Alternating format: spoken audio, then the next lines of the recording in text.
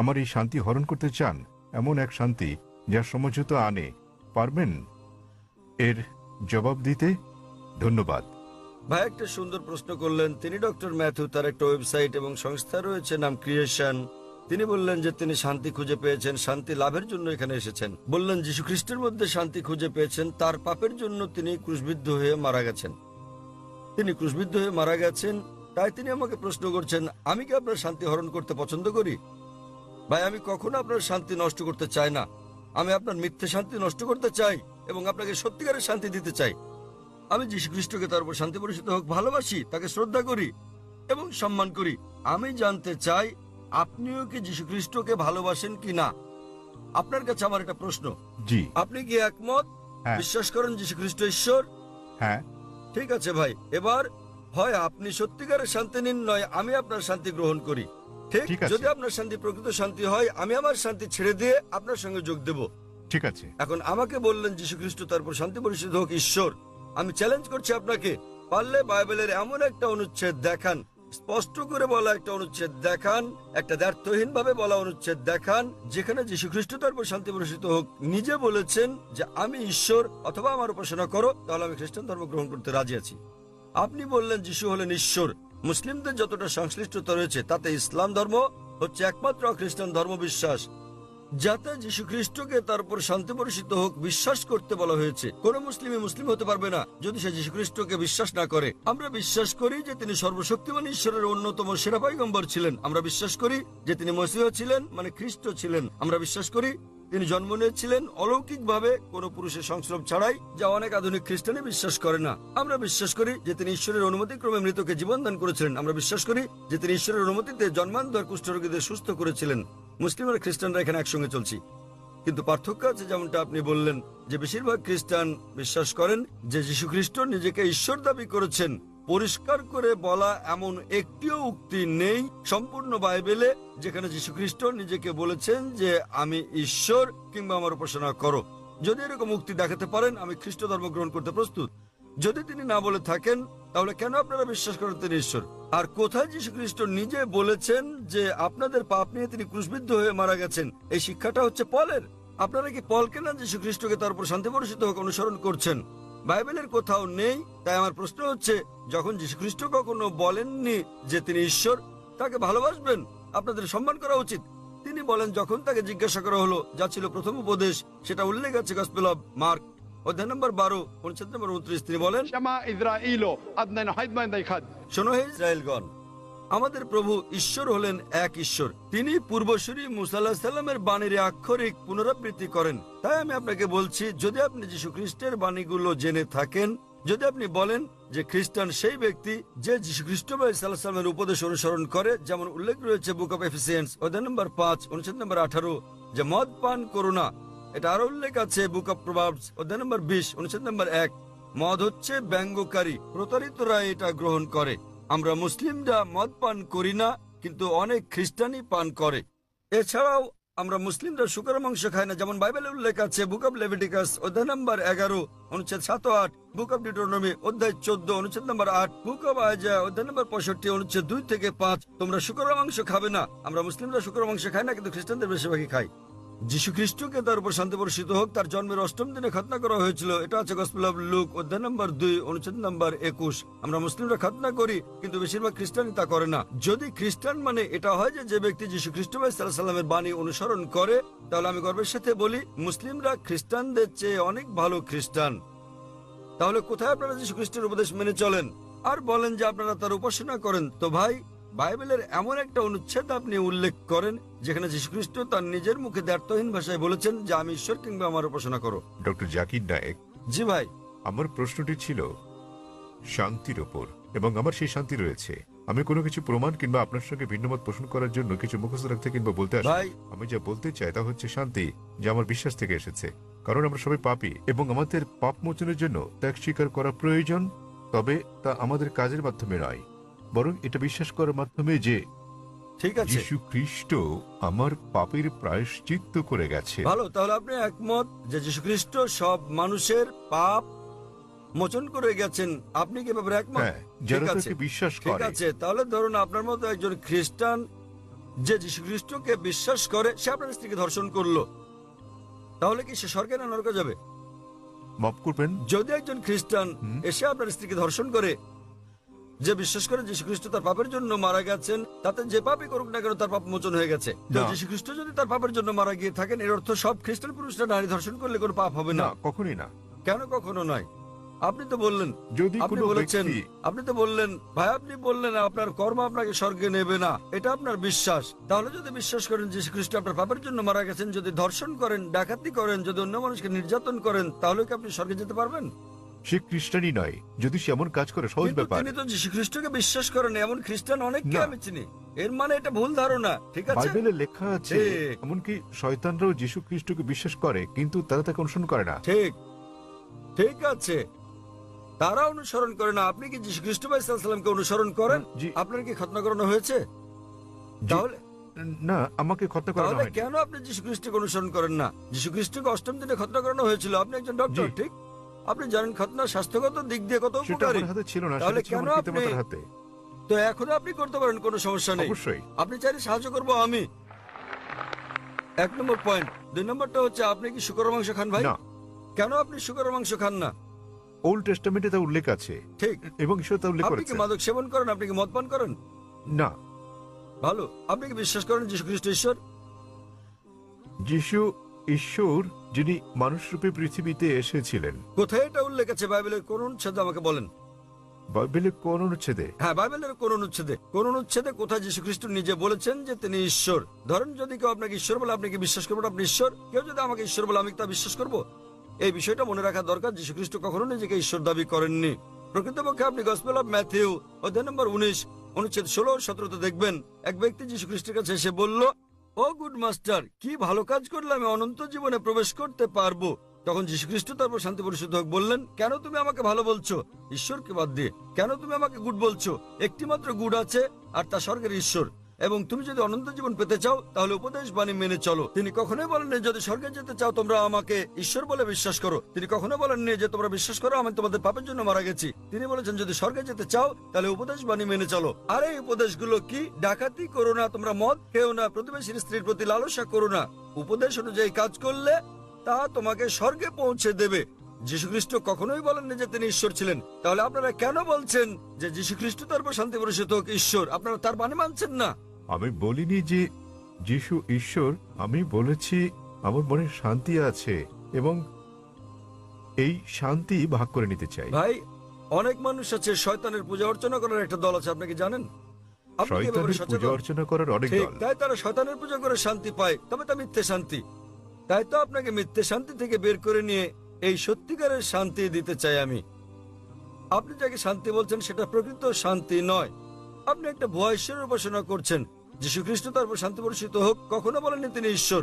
সুতরাং আপনি ভুল ঈশ্বরের উপাসনা করছেন এবং আপনি ভুয়া শান্তিতে আছেন। যেমন কিছু মানুষ শয়তানের পূজা করেও তারা ভাবে যে তারা সঠিক পথে আছে। আমি আপনাকে এই ভুয়া শান্তি থেকে বের করে নিয়ে আসল শান্তির পথে আনতে চাই, কারণ আমি নিজেকে একজন খাঁটি খ্রিস্টান ভাবি। যদি খ্রিস্টান মানে এমন ব্যক্তি হয় যিনি যীশু খ্রিস্ট বা ঈসা আলাইহিস সালামের বাণী মেনে চলেন, তাহলে আমি খ্রিস্টানদের চেয়ে বড় খ্রিস্টান। আপনি কি জানেন যীশু খ্রিস্ট তারপর শান্তি পরিষদ হোক বলেন, গসপেল অফ জন অধ্যায় নম্বর 16 অনুচ্ছেদ 12 থেকে 14, তোমাদেরকে আমার অনেক কিছু বলার আছে, কিন্তু তোমরা এখন তা সহ্য করতে পারবে না। যখন সত্যের আত্মা আসবেন তিনি তোমাদের সত্যের দিকে নিয়ে যাবেন। তিনি তোমাদেরকে ভবিষ্যতের নিদর্শন দেখাবেন, আমাকে গৌরবান্বিত করবেন। যীশু খ্রিস্টের পর কোন নবী ঈসা আলাইহিস সালামকে যীশু খ্রিস্টকে গৌরবান্বিত করেছেন? তিনি নবী মুহাম্মদ সাল্লাল্লাহু আলাইহি সাল্লাম। তাহলে নবী মুহাম্মদের আগমনের পূর্বাভাস, ভবিষ্যৎবাণী রয়েছে বাইবেলে, এমন অনেক উদ্ধৃতি রয়েছে। আপনার কাছে প্রশ্ন, কেন যীশু খ্রিস্ট বা ঈসা আলাইহিস সালামের নির্দেশগুলো মানেন না এবং কেন নবী মুহাম্মদ সাল্লাল্লাহু আলাইহি সাল্লামকে অনুসরণ করেন না?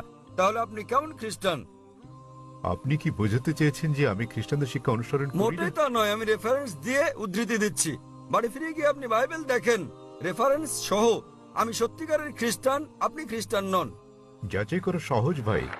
সহজ, খুবই সহজ। আপনি যা বলছেন আমি তা উদ্ধৃতি দিয়ে বলছি, আপনি একটি উদ্ধৃতিও দিতে পারেননি। আমি খ্রিস্ট ধর্মবেত্তাদের চ্যালেঞ্জ করছি। আমি খ্রিস্ট ধর্মবেত্তাদের যে কাউকে চ্যালেঞ্জ করছি। আপনাদের ধর্মবেত্তাদের নিয়ে আসুন। যদি আপনি বলেন যে আপনার ধর্ম সম্পর্কে জ্ঞান নেই, তাহলে আপনার ধর্মবেত্তাদের নিয়ে আসুন, বিশ্বের শ্রেষ্ঠ, এবং আমরা সংলাপে বসবো। নিশ্চয়। তবে সে ব্যক্তিকে হতে হবে বিজ্ঞ, রাস্তাঘাটে জানাতন লোক না, এমন ব্যক্তি যিনি মানুষকে আকৃষ্ট করতে পারেন, এমন ব্যক্তি যিনি পড়াশোনা করেছেন। আপনি ভারতের মধ্যে, বিশ্বের মধ্যে যিনি সবচেয়ে ভালো তাকে নিয়ে আসুন, আমরা সংলাপ করব। জি, এবং স্যার। আপনি তাকে প্রশ্ন করতে পারেন। আমি যে সব প্রশ্ন করছি সেগুলো তাকে জিজ্ঞেস করুন যে বাইবেলের কোথায় উল্লেখ করা আছে কোন দ্ব্যর্থহীন উক্তি যেখানে যীশু খ্রিস্ট বা ঈসা আলাইহিস সালাম নিজে বলেছেন যে আমি ঈশ্বর অথবা আমার উপাসনা করো। আমি জাকির নায়েক অবিলম্বে আপনার এই কথা মেনে নেব। আপনি যদি বাইবেলের যে কোনো সংস্করণ থেকে দেখাতে পারেন কোন দ্ব্যর্থহীন উক্তি, কোন সুস্পষ্ট উক্তি যেখানে যীশু খ্রিস্ট বা ঈসা আলাইহিস সালাম নিজে বলেছেন যে আমি ঈশ্বর কিংবা আমার উপাসনা করো, তাহলে আমি তাকে ঈশ্বর মানব। তবে এমন একটি উক্তি নেই। সুতরাং আপনারা যা করছেন তা হচ্ছে যীশু খ্রিস্টের উপদেশগুলো আপনারা অনুসরণ করছেন না। এটা হচ্ছে চার্চের শিক্ষা, যীশু খ্রিস্টের তার উপর শান্তি বর্ষিত হোক নয়। তাই আমি আপনাকে অনুরোধ করি ভাই, দয়া করে মিথ্যা শান্তি ত্যাগ করুন এবং সত্যিকারের শান্তি গ্রহণ করুন। সত্যিকারের শান্তি হচ্ছে ঈশ্বরের কাছে আত্মসমর্পণ করা। সেই ঈশ্বর যিনি যীশু খ্রিস্ট বা ঈসা আলাইহিস সালামকে সৃষ্টি করেছেন, কোন ভুয়া দেবতা নয়। যীশু খ্রিস্ট বা ঈসা আলাইহিস সালাম ঈশ্বরের একজন পয়গম্বর ছিলেন, ঈশ্বর ছিলেন না। আশা করি উত্তরটা পেয়েছেন। শুভ সন্ধ্যা স্যার, আমার নাম সিমি। আমার প্রশ্ন, ইসলামে কেন নারীদেরকে তাদের স্বামীকে তালাক দেওয়ার অনুমতি দেয়া হয়নি? বোন প্রশ্ন করলেন যে কেন নারীদেরকে স্বামীকে তালাকের অনুমতি দেওয়া হয়নি। তালাক প্রসঙ্গে বলতে গেলে বোন, বিস্তৃতভাবে আপনি তালাককে 5 ক্যাটাগরিতে ভাগ করতে পারেন। একটা হচ্ছে স্বামী এবং স্ত্রীর পারস্পরিক সম্মতিতে, এটা প্রথম ক্যাটাগরি। দ্বিতীয় ক্যাটাগরি স্বামীর ইচ্ছায় একতরফা ভাবে। তৃতীয় ক্যাটাগরি যদি নিকাহনামায় উল্লেখ করা হয়ে থাকে, একজন নারী যখন একজন পুরুষকে বিয়ে করেন তখন যদি তিনি চুক্তির মধ্যে এটা উল্লেখ করেন। কোরআনে কর্তৃত্ব পুরুষকে কেন দেওয়া হয়েছে এ ব্যাপারে আমি পরে আলোচনা করব। তবে নিকাহনামায় যেহেতু বিয়ে হচ্ছে একটা বৈবাহিক চুক্তি, একজন নারী যে কোনো শর্ত জুড়ে দিতে পারেন, এ ব্যাপারে নিষেধ নেই কোরআনে। এই শর্তও দিতে পারেন যে আমি চাই না আমার স্বামী দ্বিতীয় স্ত্রী গ্রহণ করুক, কেননা একজনের বেশি স্ত্রী গ্রহণ ইসলামে আবশ্যকীয় নয়।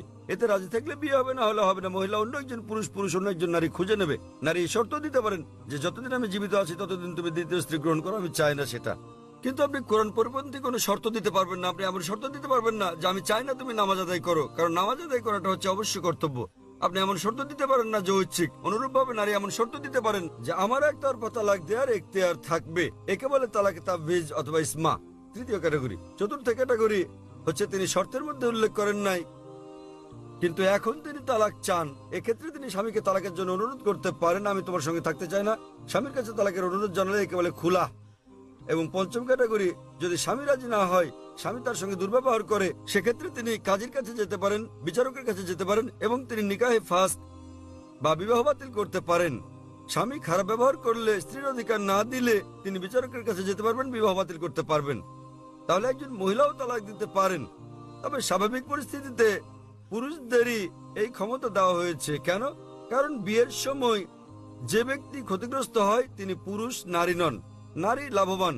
যদি আপনি আমার কথা শুনে থাকেন, গত শনিবারে ইসলামে নারীর অধিকার, অধীনতা না সুরক্ষা এই ব্যাপারে আমি সেখানে বলেছি যে বিয়ের সময় নারীদের প্রাপ্তিযোগ ঘটে। কোরআনে বলা হয়েছে সূরা নিসা অধ্যায় 4 আয়াত নম্বর 4 যে নারীদেরকে দিয়ে দাও বিবাহের সময় বৈবাহিক পুরস্কার, মোহর। বিয়ের সময় স্বামী স্ত্রীকে দিয়ে থাকে নির্দিষ্ট পরিমাণ অর্থ মোহর। মোহর যে কোনো পরিমাণ হতে পারে। তাহলে ভাবুন, নারীর বিয়ের আগে এটা পুরুষের কর্তব্য, অর্থাৎ পিতা এবং ভাইয়ের কর্তব্য। বিয়ের পর এই দায়িত্ব তার স্বামীর, আর ছেলের তার অন্ন, বস্ত্র, বাসস্থান সহ সব আর্থিক বিষয়গুলো দেখা। যদি তালাক হয়ে যায় তাহলে তার দেখাশোনার দায়িত্ব হচ্ছে পিতামাতার। পিতামাতা না থাকলে সমাজের দায়িত্ব তার দেখাশোনা করা। সমাজ না করলে ইসলামী রাষ্ট্রের দায়িত্ব তার দেখভাল করা। তাই সে আর্থিক দিক থেকে নিরাপদ। যদি তালাক হয়ে যায়, পুরুষ তালাক দেয়, তো তার মোহর লস। কিন্তু নারীর প্রাপ্তিযোগ আছে। এখন তার বিয়ের সম্ভাবনা রয়েছে। আবার বিয়ে করলে সে নতুন মোহর পায়। আর পুরুষ যদি আরেকজন নারীকে বিয়ে করতে যায়, নতুন করে মোহর দিতে হবে। যদি পুরুষ কর্তৃক নারীকে দেওয়া হয়, তাহলে বিয়ের পর সে তালাক দিয়ে অর্থ উপার্জন করতে থাকবে। তাতে ক্ষতিগ্রস্ত কে? পুরুষ। সুতরাং সর্বশক্তিমান আল্লাহ অন্যভাবে পুরুষের মর্যাদা রক্ষা করে থাকেন। অন্যথায় ইসলামে পুরুষের অধিকার শীর্ষক লেকচার দিতে হবে। কারণ তালাক হলে পুরুষ নারীর চেয়ে আর্থিক ও অন্যান্য দিক দিয়ে বেশি ক্ষতিগ্রস্ত হয়। নারী নিরাপত্তা পায় পরিবার থেকে, সমাজ থেকে, রাষ্ট্রের কাছে, পুরুষ তা পায় না।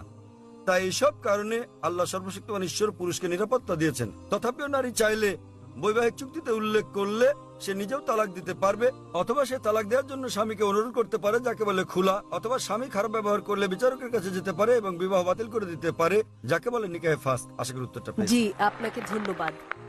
হ্যাঁ, পিছনের দিকের বাইক থেকে আপনি বলুন। আমি মিসেস পল। আমি হাইকোর্টের একজন উকিল। আমি হিন্দু, বিয়ে হয়েছে খ্রিস্টানের সঙ্গে। আমার মনে এই প্রশ্নটি এসেছে মানুষ হত্যার ব্যাপারে ডাক্তার সাহেবের চিন্তাভাবনা এবং ইসলামের শিক্ষার কথা শোনার পর। যদি হত্যা করা ইসলামে কঠোরভাবে নিষিদ্ধ হয়, তাহলে কেন মুসলমানদের আধ্যাত্মিক নেতারা জিহাদের নামে যে হত্যাকাণ্ড চলছে তার প্রকাশ্য সমালোচনা ও বিরোধিতা করছেন না? মুসলমানরা কিভাবে কতিপয় মুসলমানের ইসলামের অপব্যবহার ও অপব্যাখ্যা মেনে নিচ্ছেন, যারা সারা বিশ্বে মুসলমানদের নামে কলঙ্ক লেপন করছেন?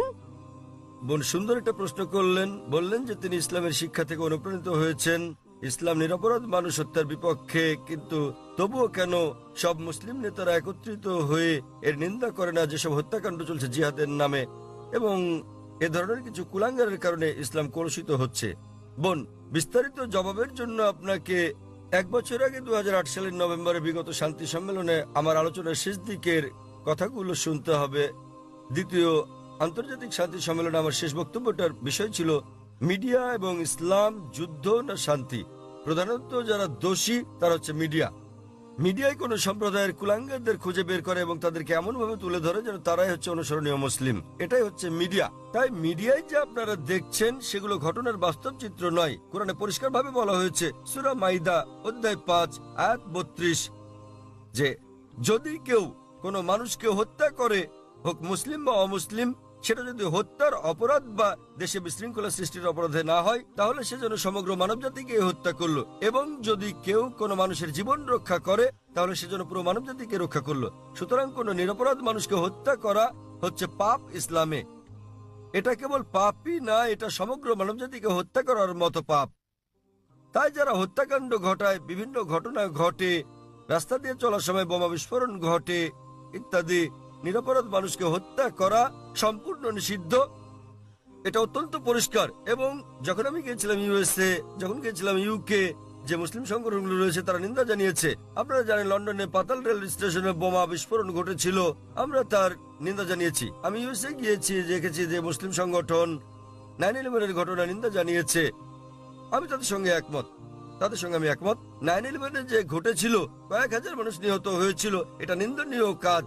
কে এটা করেছে আমি জানি না, আমি বলছি না যে মুসলিমরা করেছে, এটা হচ্ছে মিডিয়া। তারা বলছে কোনো প্রমাণ নেই, কোনো প্রমাণ নেই।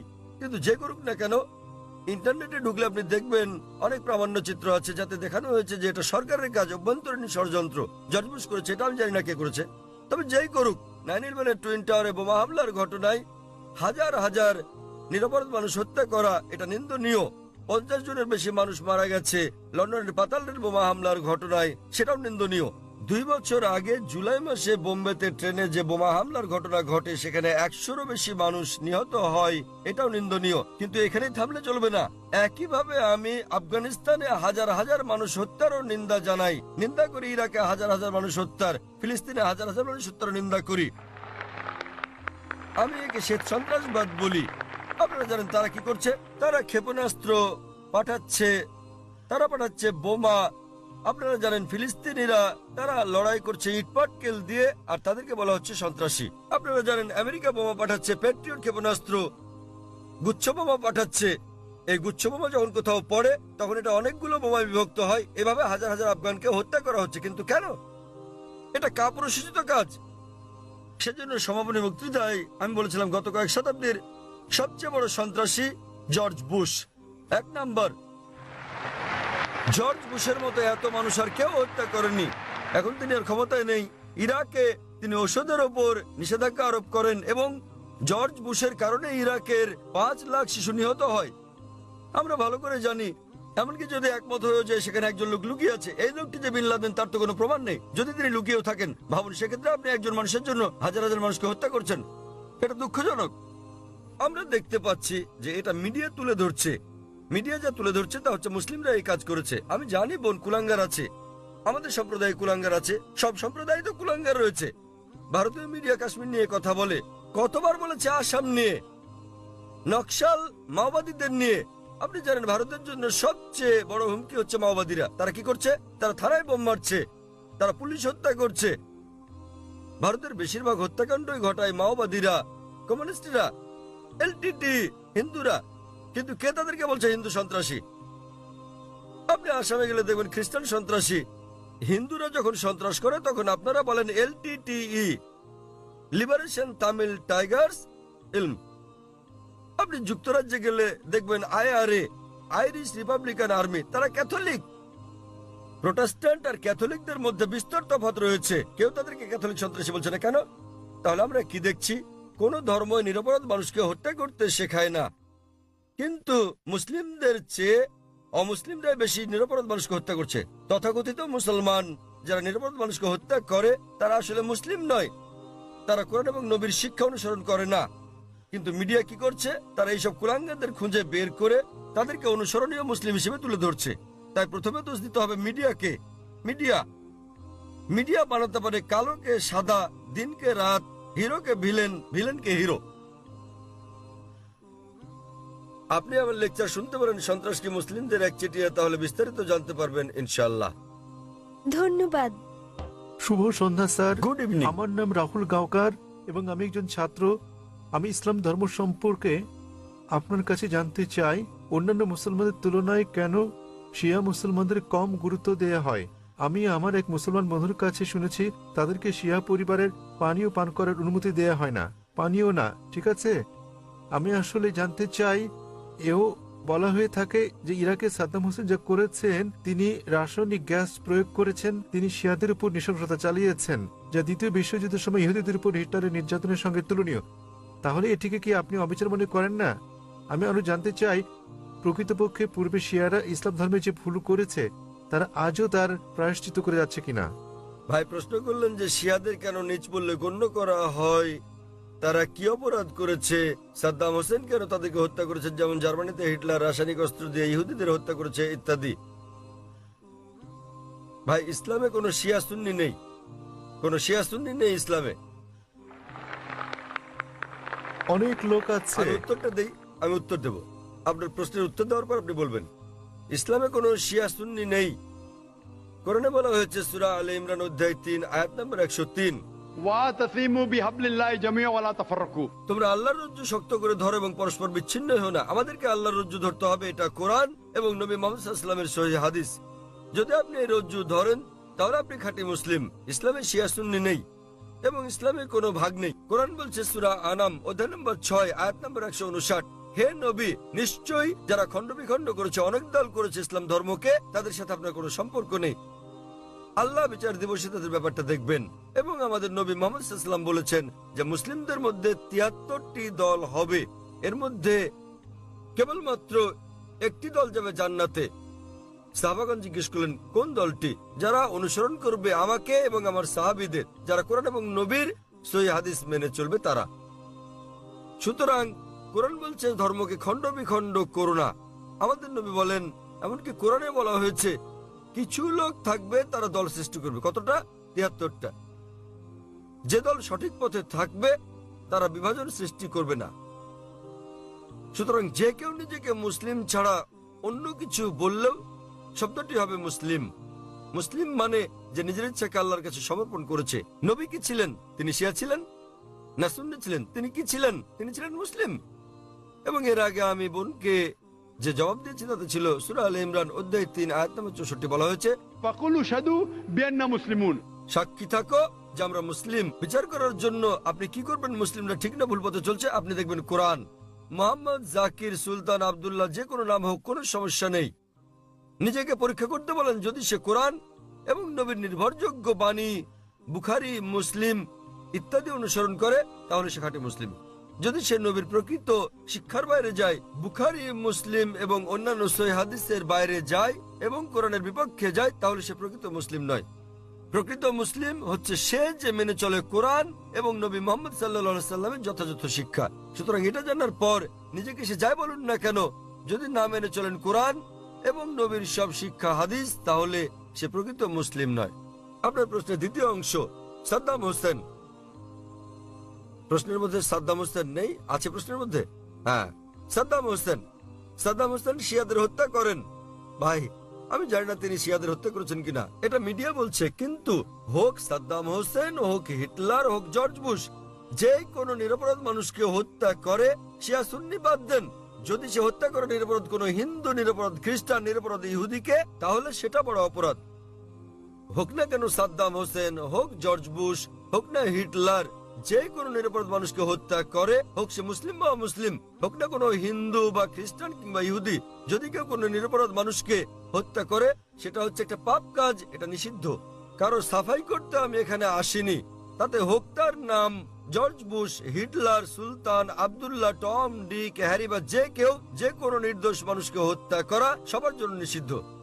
আশা করি উত্তরটা পেয়েছেন। স্যার, তার মানে আপনি বলতে চান আমাদের শিয়া, সুন্নি কিংবা বহুরি মুসলিমে বিশ্বাস করা উচিত নয়, আমি তা স্যার? বলছি না।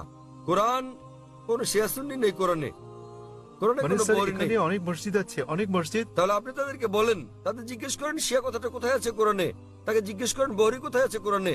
স্যার, এটা আমার কলেজ বান্দ্রায়, স্যার, আমি অধ্যয়ন করছি। সুতরাং তারা মেনে চলছে না। আপনাকে যা করতে হবে তা হচ্ছে তাদের জিজ্ঞেস করেন তারা কি মোহাম্মদ সাল্লাল্লাহু আলাইহি সাল্লামের শিক্ষা অনুসরণ করে চলছে, তারা কি আল্লাহ সুবহানাহু ওয়া তাআলার শিক্ষা অনুসরণ করছে।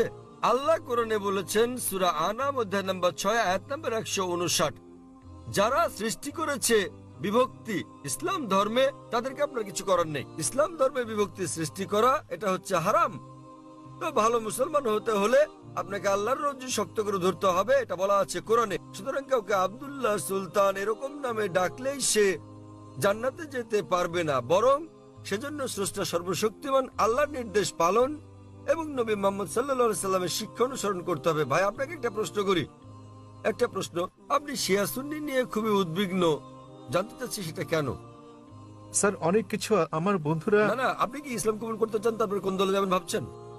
স্যার, আমি মানে আপনাকে জিজ্ঞেস করছি, জি আপনি কি ইসলাম কবুল করতে চান আর ভাবছেন শিয়া না সুন্নিতে যোগ দেবেন, তাই?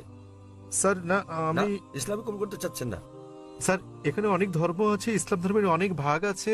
কোনো বিভক্তি নেই ইসলামে। ইসলামে কেবল একটি শব্দ আছে, মুসলিম। আপনাকে যে যাই বলুক, হ্যাঁ, আপনাকে তারা বলেনি যে কোরআন বলেছে। আমি আপনাকে রেফারেন্স দিচ্ছি।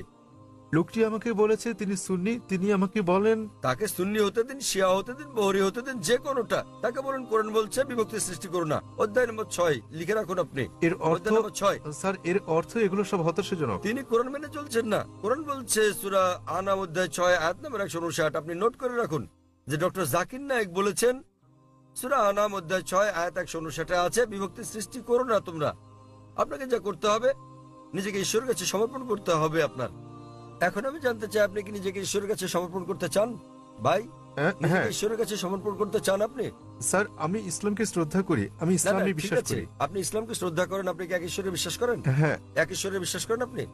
জি স্যার, আমি ঈশ্বরে বিশ্বাস করি। মূর্তি পূজা করা ঠিক নয়। হ্যাঁ হ্যাঁ, আপনি কি বিশ্বাস করেন ঈশ্বরের কোনো প্রতিমা নেই? ঈশ্বরের কোনো প্রতিমা নেই। আপনি কি তা বিশ্বাস করেন?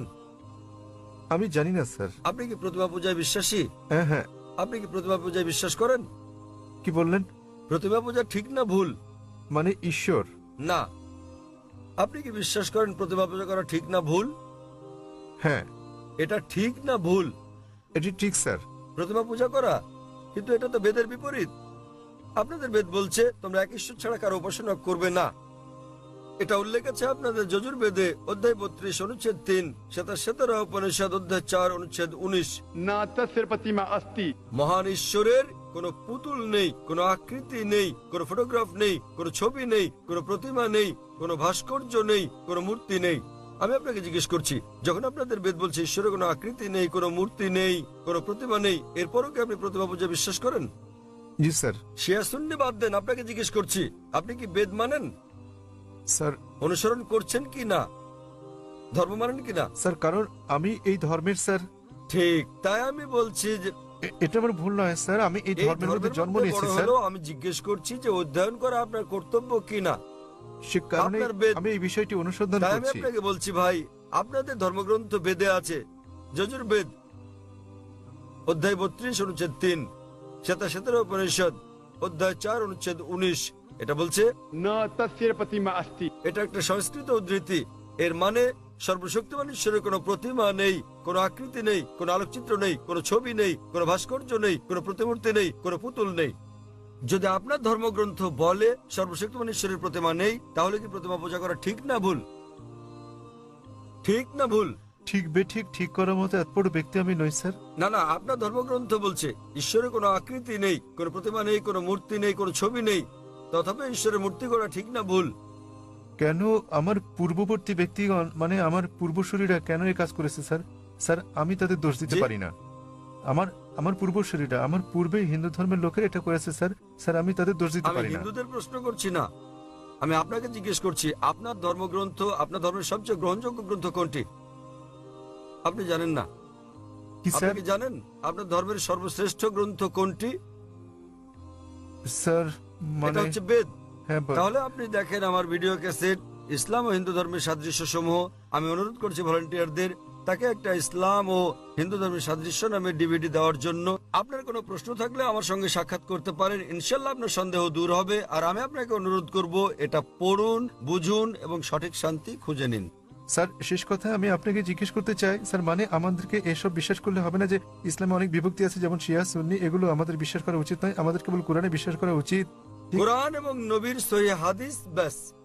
যে কোনো আলেম যায় বলুন, কোরআন বলছে সূরা নিসা অধ্যায় 4 আয়াত নম্বর 59, अतिउल्लाह अतिउर रसूल। আল্লাহ ও তার রাসূলকে মানো এবং অতঃপর তোমাদের মধ্যে যারা আদেশ দানের কর্তৃত্ব প্রাপ্ত, যাদেরকে এই কাজের দায়িত্ব দেওয়া হয়েছে তাদের, অর্থাৎ আপনাকে আল্লাহ এবং সর্বশক্তিমান ঈশ্বর, তার রাসূল এবং জ্ঞানী ব্যক্তিদের মান্য করতে হবে। কিন্তু আয়াতটা এখানেই শেষ হয়নি, আরো বলা হয়েছে যদি তারা কোনো বিষয়ে একমত হতে না পারে তো আল্লাহ তার রাসূলের উপর ছেড়ে দাও। যদি কেউ আপনাকে কিছু বলে আপনি তা কোরআন এবং সহিহ হাদিস দিয়ে যাচাই করুন সেটা ঠিক না ভুল। এ কারণে যে কোনো আলেম যাই বলুক না কেন তার কোনো মূল্য নেই ইসলামে। স্যার সেখানে আমাদের বিষয় হচ্ছে আল্লাহ সর্বশক্তিমান ঈশ্বর এবং তার বার্তাবাহক। কোন আলেম কিছু বললে তা যদি কোরআন এবং সহিহ হাদিসের সঙ্গে মিলে তো আমরা গ্রহণ করি, আর যদি কোরআন হাদিসের বিপরীতে হয় তা প্রত্যাখ্যান করি। স্যার কোন ব্যক্তি নিজেকে মুসলিম বলে দাবি করলে আপনি তাকে বলবেন कुल हाथु बुरहानकुम প্রমাণ দাও इन कुंतुम सादिकिन। যদি সত্যবাদী হও। সে কারণেই যখন আমি প্রশ্নের উত্তর দেই আমি কোরআন এবং সহিহ হাদিসের রেফারেন্স দেই। যা আমি বলছি, যা ডক্টর জাকির নায়েক বলছেন, তা কিছুই নয় ইসলামে, কোনোই মূল্য নেই তার। আমি যা বলি ইসলামে তার মূল্য হচ্ছে শূন্য। যা কোরআন বলছে, সর্বশক্তিমান ঈশ্বর বলছেন, যা আমাদের প্রিয় নবী মুহাম্মদ সাল্লাল্লাহু আলাইহি সাল্লাম বলছেন তা মূল্যবান। তাই আমি যা দিচ্ছি তা হচ্ছে রেফারেন্স। যারা জানেন না আমি তাদের রেফারেন্স দিচ্ছি। আমার উত্তরের ভিত্তি কোরআনের বিভিন্ন আয়াতের শিক্ষা, আমার জবাবের ভিত্তি নবীর বাণী, সহিহ বুখারী খণ্ড নাম্বার ইত্যাদি প্রমাণ হিসেবে। সুতরাং তারা যা বলেন তার মূল্য আছে, আমি যা বলি মূল্য নেই। আশা করি উত্তরটা পেয়েছেন। আমরা পুরুষদের শাড়ির মাঝের দিকের মাইক থেকে পরবর্তী প্রশ্নটি নেব। সকলকে শুভ সন্ধ্যা এবং শুভ সন্ধ্যা ডক্টর নায়েক। আজ আমি এক মানুষ কথা বলছি মানবতার পক্ষে।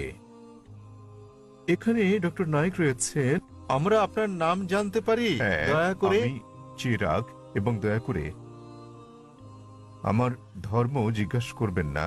ডক্টর নায়েক, আপনি সম্ভবত মুসলিম পরিবারে জন্মগ্রহণ করেছেন, তাই আপনি মুসলমান, তাই আপনি সেটাই অনুমোদন করছেন।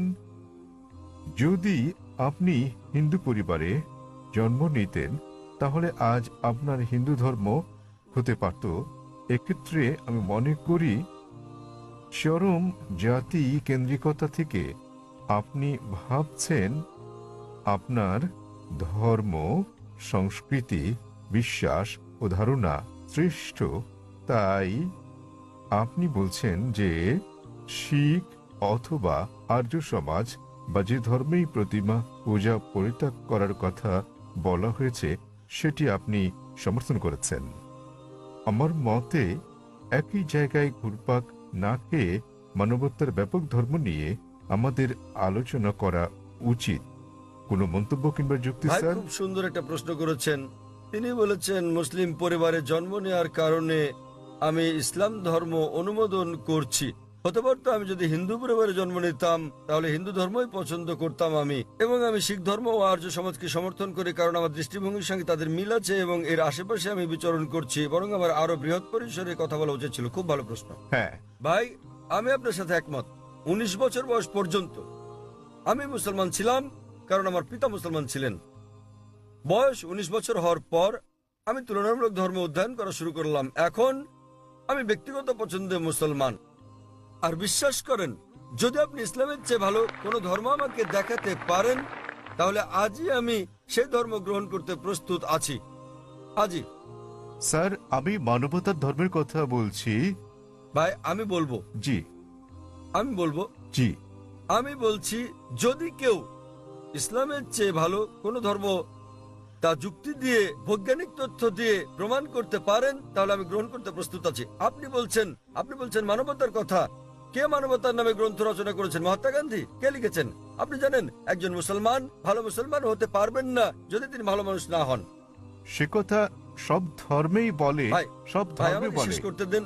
জি স্যার, আপনি এখানে আমার জবাব শোনার জন্য এসেছেন নাকি আপনার মত জানাতে এসেছেন? আমি একটি সুস্থ আলোচনা চাই এবং যৌতুক ভাই, সিদ্ধান্তে পৌঁছাতে চাই। এটা কোনো বিতর্ক প্রতিযোগিতা নয়। হ্যাঁ, একেবারে না, আমি তাহলে আমার কখনো উত্তর বলিনি। শুনুন, উত্তর শোনার পর আপনি মন্তব্য করতে পারেন।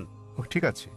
আমাকে শেষ করতে দিন। আপনি কথা যোগ করছেন, তার মানে আমার উত্তর আপনি শুনছেন। চালিয়ে যান। শুনুন মনোযোগ দিয়ে। জি, আপনার মনের মধ্যে মহাভারতের কাহিনী চলছে, কি করে শুনবেন? দয়া করে যখন চালিয়ে যান। আপনি আপনার প্রশ্নের সময় কি আমি আপনাকে বাধা দিয়েছিলাম? দয়া করে চালিয়ে যান। আমি কি বাধা দিয়েছি? আপনি বাধা দেননি, দয়া করে চালিয়ে যান। সবকিছু লেখা আছে, প্রশ্ন করতে আসছেন, আমি কিভাবে? আমি বলেছি। আমি জবাব দিচ্ছি, শুনুন। হ্যাঁ, তাতে এটা কি? আমার জবাব। তাহলে কেন আপনি মন্তব্য করছেন? দয়া করে বলুন স্যার, দয়া করে বোঝার চেষ্টা করুন, আমাকে আপনার উত্তর বলুন। আমার উত্তর শুনলে আপনি বুঝতে পারবেন, অন্যথায় লাখ লাখ মানুষ বুঝলেও আপনি একই প্রশ্নই করে যাবেন। আমি একজন চিকিৎসক। এক ব্যক্তি একা দুটো বিষয়ের প্রতি মনোযোগ দিতে পারে না। উত্তর শুনুন, উত্তর দেওয়া হলে আর সমস্যা থাকবে না। তাহলে আপনাকে বুঝতে হবে, আপনি মানবতার কথা বলছেন। আপনি প্রথমেই বলেছেন আমার ধর্ম জানতে চাইবেন না, পরে আপনি বলছেন আমি মানবতার পক্ষে। সর্বপ্রথম আপনি আপনার দৃষ্টিভঙ্গি শনাক্ত করতে লজ্জিত, তারপর আপনি মানবতার কথা বলছেন। আমি আপনার কাছে জানতে চাই, মানবতা নামের বইটি কে লিখেছেন? এরকম কোনো বই আছে কি? মানবতার কোনো দিক নির্দেশনা আছে? আমি আপনাকে বলছি, ভালো মানুষ না হয়ে একজন মুসলমান ভালো মুসলমান হতেই পারে না। সব ধর্ম বলে না। আমি বলার জন্য দুঃখিত যে আপনি অন্যান্য ধর্মগ্রন্থ অধ্যয়ন করেননি। আমি আপনাকে বলতে পারি, আমি উদ্ধৃতি দিতে পারি বেদ থেকে, অন্য হিন্দু ধর্মগ্রন্থ থেকে, বাইবেল থেকে উদ্ধৃতি দিতে পারি, যেগুলো মানবতার বিরুদ্ধে যায়। আমি অন্য ধর্মের সমালোচনা করতে আসিনি। যদি আপনি কোনো ধর্ম অধ্যয়ন করে না থাকেন, তাহলে দয়া করে এমন কিছু বলবেন না যে ব্যাপারে আপনার জ্ঞান নেই। কোরআনে বলা হয়েছে, ফাসআলু আহলে যিকরি ইন কুনতুম লা তা'লামুন। সূরা নাহল অধ্যায় 16 আয়াত নাম্বার 43, সূরা আম্বিয়া অধ্যায় 21 আয়াত নাম্বার 7। আপনি তুলনামূলক ধর্ম বিষয়ের ছাত্র নন, তাই না জেনে কোনো মন্তব্য করবেন না।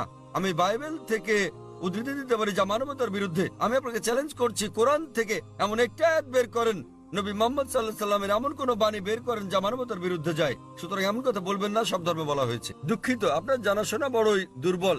আমি আপনাকে যা বলার চেষ্টা করছি, মানবতা মানে ঠিক আছে, আপনি কেবল স্ট্যান্ডার্ড 2-3 তে আছেন। আর আমি যা বলছি তা কেবল স্কুল পাস নয়, কেবল স্নাতক পাস নয়, বুঝতে হবে স্নাতকোত্তর পাস হতে হবে আপনাকে। ইসলাম মানে উচ্চ পর্যায়ে, কেবল মানবতার কোনো পর্যায় নেই। ভালো মানুষ না হলে কোনো মুসলমান ভালো মুসলমান হতে পারবে না।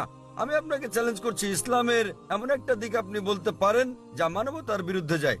যৌক্তিক পটভূমি, যৌক্তিক কারণ আপনার জানা না থাকতে পারে ইসলাম কেন এমন অনুশাসন জারি করলো, আর আপনি ভাবতে পারেন সেটা মানবতার বিরুদ্ধে। ঠিক যেমন আপনারা বলেন, ডাক্তার আমাকে ইঞ্জেকশন দিচ্ছে, ইঞ্জেকশনে যন্ত্রণা দিচ্ছে, ওই ইঞ্জেকশন তো আপনার ভালোর জন্য। আপনারা বলেন ডাক্তার আমার পেট কেটে ফেলেছেন, তিনি তো পেট কেটেছেন আপনাকে জীবন বাঁচানোর জন্য। সুতরাং ডাক্তার যা জানেন আপনি তা জানেন না। যদি আমার জন্য দুটো পছন্দ থাকে, স্ট্যান্ডার্ড 2 কিংবা 3 পাস করা অথবা স্নাতকোত্তর কোর্স করা, সেক্ষেত্রে আমি স্নাতকোত্তর কোর্সই করব। কেন মাত্র স্ট্যান্ডার্ড 2-3? মানবতা ভালো, কিন্তু ইসলাম তার চেয়ে অনেক বেশি ভালো। আপনার প্রশ্নের ব্যাপারে বলতে গেলে, আমি মুসলিম পরিবারে জন্ম নিয়েছি বলে আমি ইসলামকে অনুমোদন করছি। আমি আপনাকে বলছি, আপনাকে চ্যালেঞ্জ করছি, যদি কেউ আমাকে প্রমাণ দিতে পারে অন্য যে কোনো ধর্ম, আমি প্রধান ধর্মগুলোর বেশিরভাগই অধ্যয়ন করেছি এবং আমার মনে হয় ইসলাম সবচেয়ে যুক্তিগ্রাহ্য, মানুষের সবচেয়ে সেরা ধর্ম মানবতার। এটাই একমাত্র ধর্ম যাতে মানবতার জন্য সমাধান রয়েছে। আল্লাহ বলেন সূরা আলে ইমরান অধ্যায় নম্বর 3 আয়াত নম্বর 19, إن الدين عند الله الإسلام. সর্বশক্তিমান ঈশ্বরের কাছে একমাত্র গ্রহণযোগ্য ধর্ম ইসলাম। আর আপনার জানার জন্য বলছি, আপনার যুক্তি অত্যন্ত নাজুক।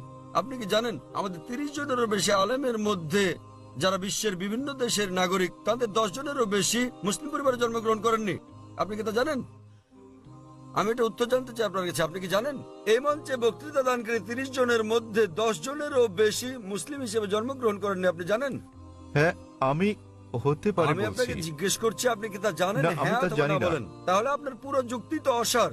বিশ্বের বিভিন্ন দেশের 30 জন বক্তার মধ্যে 10 জনের বেশি আমেরিকান, 4-5 জন কানাডার, কয়েকজন ইউকের, মালয়েশিয়ার আছেন, সৌদি আরবের, সংযুক্ত আরব আমিরাতের, সোমালিয়ার এবং সুদানের বক্তা রয়েছেন, এবং এদের মধ্যে 10 জনেরও বেশির জন্ম অমুসলিম পরিবারে।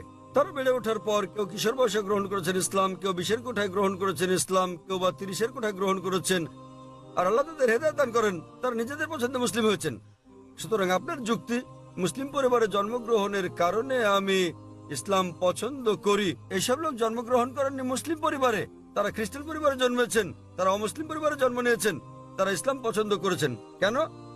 কারণ তারা অধ্যয়ন করেছেন, তারা অন্যান্য ধর্ম অধ্যয়ন করেছেন এবং বুঝতে পেরেছেন ইসলাম জীবনের শ্রেষ্ঠ পন্থা। আমি আপনাকে অনুরোধ করছি, আপনি মানবতা সম্পর্কে পড়েন, ইসলাম সম্পর্কে জানেন এবং বের করতে চেষ্টা করেন ইসলামের কোন বিষয়টা মানবতার বিরুদ্ধে যায়। তাহলে আপনি জানতে পারবেন সবচেয়ে ভালো ধর্ম। আমি আপনার ধর্ম সম্পর্কে জিজ্ঞেস করছি না, আমি আপনাকে সর্বোত্তম ধর্মটা গ্রহণ করতে বলছি। এবং জীবনের সর্বোত্তম পথ, মানবতার একমাত্র সমাধান হচ্ছে ইসলাম। ধন্যবাদ। হ্যাঁ বোন, পেছনের দিকে। আসসালামু আলাইকুম। আমার দুটি প্রশ্ন আছে। প্রথমটি হচ্ছে, মুসলমান মেয়েরা ইসলাম ধর্ম অনুসরণ করে কেন অমুসলিমদের বিয়ে করতে পারে না? আমার আরো একটি প্রশ্ন আছে, ইসলামে এটা সিদ্ধ যে একজন পুরুষ 4 বার বিয়ে করতে পারেন। দ্বিতীয় বিয়ের ক্ষেত্রে প্রথম স্ত্রীকে কি জানাতে হয়, নাকি না জানিয়েই দ্বিতীয় বিয়ে করা যায়? বোন দুটো প্রশ্ন করলেন, তিনি প্রশ্ন করলেন, প্রথম প্রশ্নটা হচ্ছে তার জানা মতে ইসলামে এটা আবশ্যক যে দ্বিতীয় স্ত্রী গ্রহণের আগে প্রথম স্ত্রীর অনুমতি নিতে হয়। এবং তার প্রথম প্রশ্নটা হচ্ছে যে ইসলামে কেন একজন পুরুষ অমুসলিম কোনো মেয়েকে বিয়ে করতে পারে না। আপনার প্রথম প্রশ্ন দুঃখিত, অনুযায়ী প্রশ্নটি এরকম যে মুসলিম পরিবারে জন্মগ্রহণকারী একটি মেয়ে কোনো অমুসলিমকে বিয়ে করে ইসলাম ধর্ম অনুসরণ করতে পারে কিনা। মুসলিম পরিবারে জন্মগ্রহণকারী কোনো মেয়ে কেন অমুসলিম পুরুষদের বিয়ে করে ইসলাম ধর্ম অনুসরণ করতে পারে না?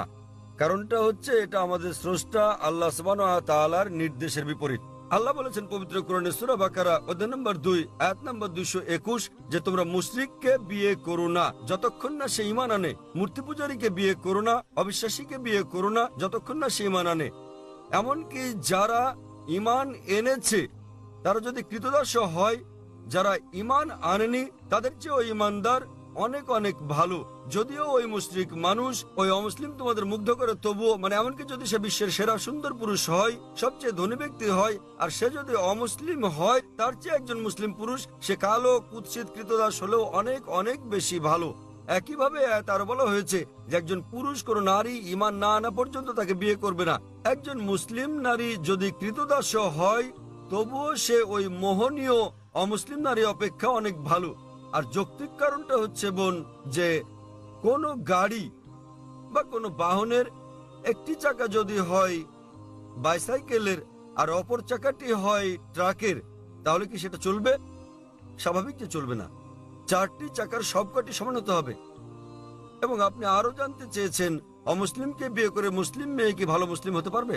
কারণটা হচ্ছে যে ইসলাম ধর্মে আমরা চাই আমাদের স্বামী কিংবা স্ত্রী, আমাদের জীবন সঙ্গীরা তারাও জান্নাতে যাক।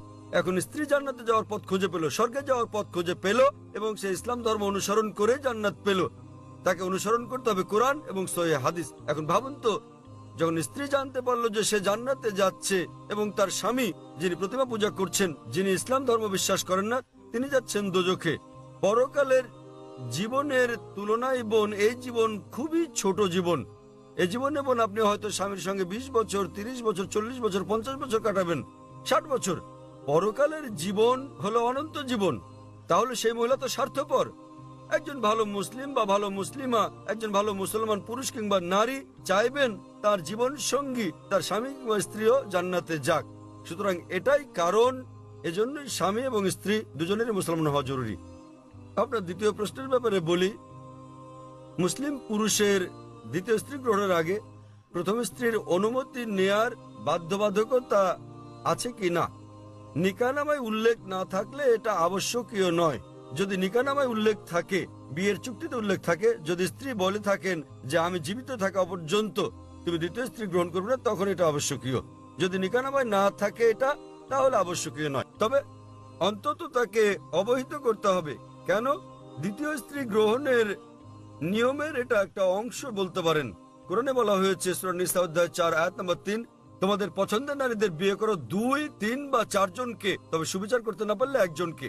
তাহলে একাধিক বিয়ের ক্ষেত্রে অন্যতম একটা দিক হচ্ছে স্ত্রীদের মধ্যে সুবিচার করতে হবে। তো যদি প্রথম স্ত্রীকে এটা না জানান, তাদের মধ্যে সুবিচার করবেন কিভাবে?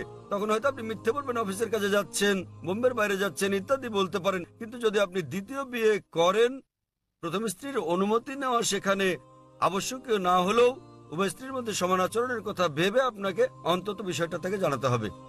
আশা করি উত্তরটা পেয়েছেন। বলুন। ধন্যবাদ। হ্যাঁ ভাই, আপনার নাম এবং আপনার প্রশ্ন। হ্যাঁ, হ্যালো ডক্টর জাকির নায়েক, আমার নাম মাহেন্দ্র কুমার এবং আমি একজন MBA পাস, ফোর্টে থমাস কুকের হয়ে কাজ করি। আমার প্রশ্ন নন ভেজিটেরিয়ান খাদ্য সংক্রান্ত। ইসলামে কি এর অনুমতি আছে? পশু পাখি জীবিত প্রাণী, আপনি কি একে সহিংসতা বলে মনে করেন না? আমার দ্বিতীয় প্রশ্ন, নন ভেজ খাদ্য গ্রহণ কি ইসলামে বাধ্যতামূলক এবং প্রকৃত নিরামিষভোজী ব্যক্তি কি ইসলাম অনুসরণ করতে পারেন? ভাই মহেন্দ্র কুমার খুব সুন্দর একটা প্রশ্ন করেছেন। তিনি বললেন যে ইসলামে আপনারা ননভেজ খাবার খাবেন, আপনারা প্রাণী হত্যা করবেন। কেন ইসলাম ধর্ম প্রাণী হত্যা করার অনুমতি দেয় এবং একজন মুসলমান কি প্রকৃত নিরামিষভোজী হতে পারেন? ভাই, এই প্রশ্নের উত্তর দেওয়ার আগে আমি আপনাকে বলতে চাই, একজন মুসলমান প্রকৃত নিরামিষভোজী হয়েও খুব ভালো একজন মুসলমান হতে পারেন। এটা বাধ্যতামূলক নয় ইসলামে যে আপনাকে ননভেজ খেতেই হবে, এটা বাধ্যতামূলক নয়। তবে যেহেতু কোরআনে আল্লাহ বলেছেন এবং আমাদেরকে অনুমতি দিয়েছেন ননভেজ খাদ্য গ্রহণের জন্য, সূরা মাইদা অধ্যায় 5 আয়াত 1 এখানে বলা হয়েছে যে তোমরা চতুষ্পদ জন্তু খাও যা তোমাদের জন্য হালাল করা হয়েছে। সূরা নাহল অধ্যায় 16 আয়াত 5 উল্লেখ করা হয়েছে যে তোমরা গো মহিষাদের মাংস ভক্ষণ করতে পারো। সূরা মুমিনুন অধ্যায় 23 আয়াত 21 বলা হয়েছে যে গো মহিষাদের উদরস্থিত বস্তু থেকে আমি তোমাদের পান করাই, এর মধ্যে তোমাদের উপকার রয়েছে এবং তোমরা এদের মাংস ভক্ষণ করতে পারো। সুতরাং যখন সর্বশক্তিমান ঈশ্বর হালাল প্রাণীর মাংস ভক্ষণ করার অনুমতি দিয়েছেন, তখন আমরা কেন খাবো না? এখন যৌক্তিক কারণের দিকে আসি, কেন ইসলাম আমিষ ননভেজ খাদ্য গ্রহণের অনুমতি দিয়েছে। যদি ননভেজ খাদ্যকে বিশ্লেষণ করা হয়, দেখা যাবে এগুলো প্রোটিন সমৃদ্ধ। মানব দেহে 23 প্রকার অ্যামিনো অ্যাসিডের প্রয়োজন রয়েছে, যার 8টি মানব দেহে তৈরি হয় না, খাদ্য দিয়ে এগুলোর চাহিদা মেটাতে হয়। এগুলো অত্যাবশ্যকীয় অ্যামিনো অ্যাসিড নামে পরিচিত। এখন এই 8 প্রকার অত্যাবশ্যকীয় অ্যামিনো অ্যাসিডের সবগুলো কোনো শাকসবজির মধ্যে একসঙ্গে পাওয়া যায় না, কেবলমাত্র মাংসের মধ্যে পাওয়া যায়। সেজন্য কোনো প্রাণীর মাংস শাকসবজির তুলনায় অধিক বেশি পুষ্টিকর। এছাড়াও যদি আপনি বিশ্লেষণ করেন, যদি আপনি তৃণভোজী প্রাণীদের দাঁতগুলো ভালো করে দেখেন, যেমন গরু, ছাগল, ভেড়া, এদের দাঁতগুলো চ্যাপ্টা, এরা কেবল তৃণভক্ষণ করে, মাংস খায় না। যদি আমরা ভালো করে দেখি মাংসাশী প্রাণীগুলোর দাঁত, যেমন বাঘ, চিতাবাঘ, সিংহ, দেখতে পাবো এদের দাঁতগুলো তীক্ষ্ণ, তাদের ক্যানাইন দাঁত আছে। এরা কেবল মাংস খায়, তৃণজাতীয় খাদ্য খায় না। যদি আমরা মানুষের দাঁতগুলো বিশ্লেষণ করি, আমরা আয়নার সামনে গিয়ে ভালো করে দেখি, আমাদের মানুষের চ্যাপ্টা এবং তীক্ষ্ণ 2 ধরনের দাঁতই রয়েছে। যদি সর্বশক্তিমান ঈশ্বর আমাদের কেবলমাত্র শাকসবজি খাওয়ানোর ইচ্ছে করতেন, তাহলে কেন তিনি আমাদের ক্যানাইন দাঁত দিলেন? কেন তিনি আমাদের তীক্ষ্ণ দাঁত দিলেন? কিসের জন্য? স্বাভাবিকভাবে বোঝা যায় প্রাণীজ খাবার খাওয়ার জন্য, মাংস খাওয়ার জন্য। এছাড়াও যদি আমরা মানুষের পরিপাকতন্ত্র বিশ্লেষণ করি, যদি আমরা এটাকে তৃণভোজী প্রাণীগুলোর সঙ্গে তুলনা করি, গরু, ছাগল, ভেড়া, দেখা যাবে এরা কেবল তৃণ হজম করতে পারে। মাংসাশী প্রাণী বাঘ, চিতাবাঘ, সিংহ, এদের পরিপাকতন্ত্র কেবল মাংসজাতীয় খাদ্য হজম করতে পারে, তারা তৃণ হজম করতে পারে না। মানুষের পরিপাকতন্ত্র দুটোই হজম করতে পারে। মানুষের আছে ক্ষুদ্রান্ত, বৃহদান্ত্র। এটা শাকসবজি হজম করতে পারে, মাংস হজম করতে পারে, দুটোই হজম করতে পারে। সর্বশক্তিমান ঈশ্বর যদি আমাদের কেবল শাকসবজি খাওয়াতে চাইতেন, তাহলে তিনি কেন আমাদের এমন পরিপাকতন্ত্র দিলেন যা উভয় হজম করতে পারে? বিশ্লেষণে দেখা গেছে হিন্দুদের অনেকের ধারণা যে হিন্দু ধর্ম মাংস জাতীয় খাদ্য খাওয়া নিষিদ্ধ করেছে। প্রকৃতপক্ষে যদি আপনি পড়েন, মনুস্মৃতিতে উল্লেখ আছে অধ্যায় নম্বর 5 শ্লোক নম্বর 30, সর্বশক্তিমান ঈশ্বর খাদ্য হিসেবে কিছু প্রাণীকে সৃষ্টি করেছেন আর কিছুকে করেছেন খাদক। যেসব প্রাণীকে খাদ্য হিসেবে সৃষ্টি করা হয়েছে সেগুলো খেলে কোনো পাপ হবে না। মনুস্মৃতি অধ্যায় 5 শ্লোক 31 বলছে যে সর্বশক্তিমান ঈশ্বর কিছু প্রাণী বলির জন্য সৃষ্টি করেছেন, তাদের জবাই করলে পাপ হবে না। মনুস্মৃতি অধ্যায় 5 শ্লোক 40 বলা হয়েছে যে বলিদানের পশু বলি দেওয়ার জন্য অনুমতি আছে, এটা ঈশ্বরের বিধান। সুতরাং হিন্দু ধর্মে প্রাণীর মাংস খাওয়ার অনুমতি আছে। বেদ ও অন্যান্য ধর্মগ্রন্থ পড়লে দেখবেন সাধু সন্তরা প্রাণীর মাংস খেতেন, এমনকি গরুর মাংস খেতেন। মহাভারত পড়লে দেখবেন অনুশাসন পর্ব অধ্যায় নম্বর 88, যখন পাণ্ডবরা একত্রে মিলিত হয়, যুধিষ্ঠির যিনি পাণ্ডবদের বড় ভাই, তিনি ভীষ্মকে জিজ্ঞেস করেন যে কোন খাদ্য আমাদের যজ্ঞে পূজায় দেওয়া উচিত যাতে করে আমাদের পূর্বপুরুষ সন্তুষ্ট হয়। তো ভীষ্ম উত্তর দিলেন যে যদি আপনি লতাপাতা গুল্ম শাকসবজি দেন তাহলে আমাদের পূর্বপুরুষেরা 1 মাসের জন্য সন্তুষ্ট থাকবে। যদি আপনি দেন মাছ তাহলে 2 মাস, যদি তাদেরকে মাংস দেন তাহলে 3 মাস, যদি খরগোশ দেন তাহলে 4 মাসের জন্য, যদি ছাগল দেন তাহলে 5 মাস, যদি লবণযুক্ত শুকরের মাংস দেন তাহলে 6 মাস, যদি তাদের পাখি দেন তাহলে 7 মাস, যদি হরিণ দেন তাহলে 8 মাস। এভাবে খাদ্য তালিকা ক্রমশ বড় হতে থাকে। বলা হয়েছে যদি মহিষ দেন তো 11 মাস, যদি দেন গোমাংস আপনি তাহলে আমাদের পূর্বপুরুষেরা পুরো 1 বছর সন্তুষ্ট থাকবে। এবং যদি ছাগলের লাল মাংস কিংবা গন্ডারের মাংস দেন তাহলে তারা অনন্তকাল সন্তুষ্ট থাকবেন। সুতরাং হিন্দু ধর্ম মতে প্রাণীর মাংস খাওয়া কোনো পাপ নয়। হিন্দু ধর্মাবলম্বী অনেকে জীবিত প্রাণী হত্যা না করার অহিংস দর্শনে উদ্বুদ্ধ হয়ে মাংস খেতেন না, তারাও খেতে শুরু করেছেন। কিন্তু এমনকি এই অহিংস দর্শন, যেমন আপনি বলেছেন যে জীব হত্যা করা হচ্ছে পাপ, ভাই আপনি কি জানেন যে উদ্ভিদেরও প্রাণ আছে? আপনি কি এটা জানেন ভাই? জি। তাহলে জীব হত্যা যে পাপ আপনি বলেন, সেক্ষেত্রে উদ্ভিদ লতাপাতা ইত্যাদি হত্যা পাপ, তাহলে কেন আপনি সেগুলো খাবেন? একমত। একমত, খুব ভালো। এছাড়াও এমন কিছু লোক আছে যারা বলে ঠিক আছে ভাই জাকির, আমি একমত যে উদ্ভিদেরও প্রাণ আছে, কিন্তু তারা তো ব্যথা অনুভব করে না, তাই উদ্ভিদ হত্যা করা জীবজন্তু হত্যা করার চেয়ে কম পাপ। যে বিষয়টা মনে রাখতে হবে তা হচ্ছে বিজ্ঞান আজ উন্নত, আমরা জানতে পেরেছি যে উদ্ভিদও ব্যথা অনুভব করে, কিন্তু উদ্ভিদের কান্না মানুষ শুনতে পায় না। কারণ মানুষ যে শব্দ তরঙ্গ শুনতে পায় তার মাত্রা 20 সাইকেল থেকে 20,000 সাইকেল পার সেকেন্ড পর্যন্ত, এর নিচের বা বেশি মাত্রা শব্দ তারা শুনতে পায় না। আমেরিকার এক কৃষক উদ্ভিদের কান্নাকে মানুষের শ্রবণ তরঙ্গে রূপান্তর করেছিলেন এবং উদ্ভিদগুলো কান্নাকাটি করলে পানি চাইলে তিনি বুঝতে পারতেন। আরেক ব্যক্তি এসে আমাকে যুক্তি দিয়ে বললেন, ভাই জাকির আমি আপনার সঙ্গে একমত যে উদ্ভিদের প্রাণ আছে এবং তারা ব্যথা অনুভব করে, তবে উদ্ভিদের 2টো ইন্দ্রিয় কম আছে প্রাণীদের ইন্দ্রিয় সংখ্যার তুলনায়। সুতরাং উদ্ভিদ হত্যা করা প্রাণী হত্যা করার চেয়ে অনেক কম পাপ। আমি আপনাকে জিজ্ঞেস করি ভাই, মনে করেন আপনার ভাই, আপনার বড় ভাই, তিনি জন্ম থেকেই বধির ও বোবা। যখন সে বড় হলো তখন কেউ তাকে হত্যা করলো, তাহলে কি আপনি বিচারককে বলবেন যে মহামান্য এই হত্যাকারীকে আপনি কম শাস্তি দিন, কেননা আমার ভাই 2টো ইন্দ্রিয় কম ছিল, তিনি শুনতে পেতেন না, কথা বলতে পারতেন না? আপনি কি কথা বলবেন? বরং আপনি বলবেন খুনিকে দ্বিগুণ শাস্তি দেওয়া হোক, কারণ আমার ভাই কানে শুনতেন না, বলতে পারতেন না, তিনি মাসুম ছিলেন, নির্দোষ ছিলেন তিনি। তাই ইসলামে 2টো বা 3টি ইন্দ্রিয়ের কোনো প্রশ্ন নেই। কুরআনে বলা হয়েছে সূরা বাকারা অধ্যায় 2 আয়াত 168, যেসব হালাল বস্তু দেওয়া হয়েছে সেগুলো খাও, যে সকল খাদ্য হালাল সেগুলো তোমাদের জন্য পবিত্র, সেগুলো খেতে পারো।